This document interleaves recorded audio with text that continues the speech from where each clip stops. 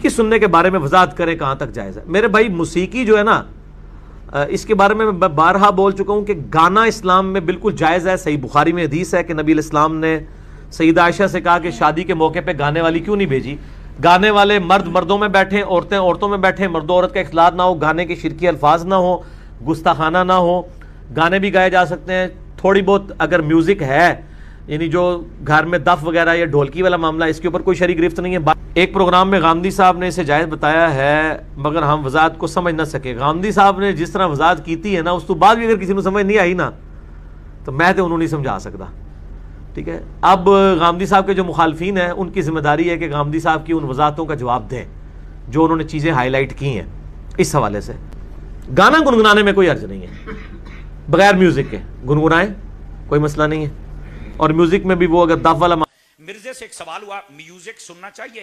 तो कहता हाँ म्यूजिक सुन सकते हैं, उसमें कोई लफ्ज गंदा हो तो वो नहीं सुन सकते, बाकी आप सब सुन सकते हैं। मैंने कहा अच्छा, आज मुझे पता चला कि ये भी म्यूजिक वालियों के घर पैदा हुआ है। यार मैं अदब की दुनिया में तो जुमले कुछ कह सकता हूं ना। अगर ये ऐसे घर में ना होता तो ये बकवास करता। और अगर उसका कोई फॉलोवर बैठा यहां, यकीन अल्लाह पे करो, उसका मोबाइल अभी खोल के देख लें, बीच में से लड़कियों के गाने ना निकले तो मुझे कहना। उसकी वजह यह है जिससे वो दीन ले रहा है, उसने उसको बताया यह है कि म्यूजिक जायज है। अब उसका मोबाइल जब अगर मिर्जा का कोई फॉलोवर बैठा, आप खोल के देखें, मोबाइल खोलें, बीच में से मिर्जा भी निकलेगा और मुजरा भी निकलेगा।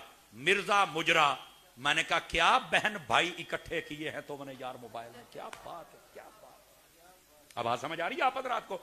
ये जो वलियों के दुश्मन हैं, इनकी ये औकात है। मैंने कहा जरा इनका भी तिया पांचा एक करे ना, थोड़ा सा इनको पता चले कि हम अब बस औकात होता नहीं यार, तुम तो बस औकात उनके खिलाफ बोलते हो। तो मैंने कहा अगर उसको बचाना चाहते हो तो उसे बोलो हमारे वलियों के खिलाफ जबान बंद कर ले। हमारे तमाम वलियों को भौंकते हो और हमसे ये तवक्को करते हो कि हम नरमी बरतें। और शुक्र करो अभी हम हजरत अत्तार के मुरीद है, नरमी बरत रहे हैं। हमें बहुत सोच समझ के बोलना पड़ता है, वरना जनाब साड़ी पंजाबी के अंदर पा तेनू नथ देवा। समझ आ रही है ना? और हम डाल भी रहे हैं अल्लाह की रहमत से।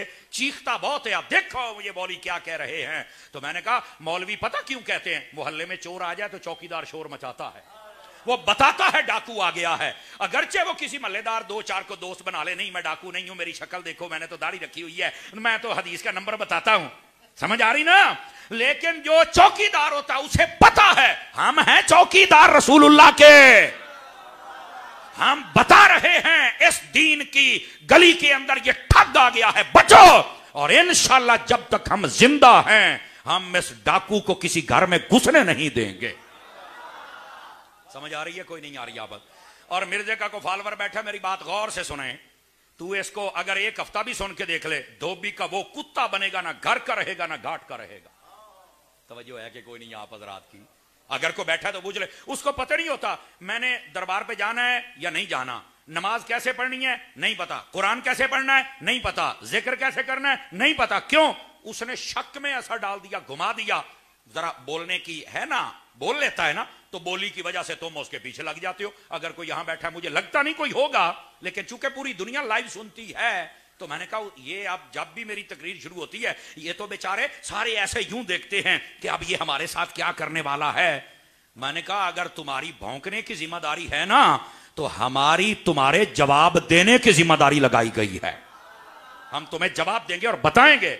अगर उसका कोई फॉलोवर बैठा, देखो उसे पता नहीं होता, बस औकात हम ये कहते हैं, उसका कोई फॉलोवर बैठा ना, उसकी मां भी 11वीं करती, बाप भी करता है और अच्छी नमाज पढ़ते हैं, दरूद सलाम नात सब कुछ करते हैं। बंदा कहे यार तू इस मिर्जे के पीछे लग के सब कुछ छोड़ गया है, तेरे तो माँ बाप ये 11वीं करते हैं। कह रहा हाँ ओ अम्मी अब्बू को तो पता ही किसी बात का नहीं। मैंने कहा वाकई अगर पता होता तो तेरे जैसा पैदा करते, अगर पता होता तो तेरे जैसा लावारिस और कमीना पैदा करते जो अपने माँ बाप को छोड़ गया है। और मैं अगली बात बताऊंगा आप हज़रात को, जो बुजुर्गों का दुश्मन हो जाए, आप क्या कहते हैं? बड़ों का अदब करना चाहिए, करना चाहिए कि नहीं करना चाहिए? तो जो इस्लाम के बड़ों का अदब ना करे, आप मेरी बात समझ रहे हैं आप हज़रात की?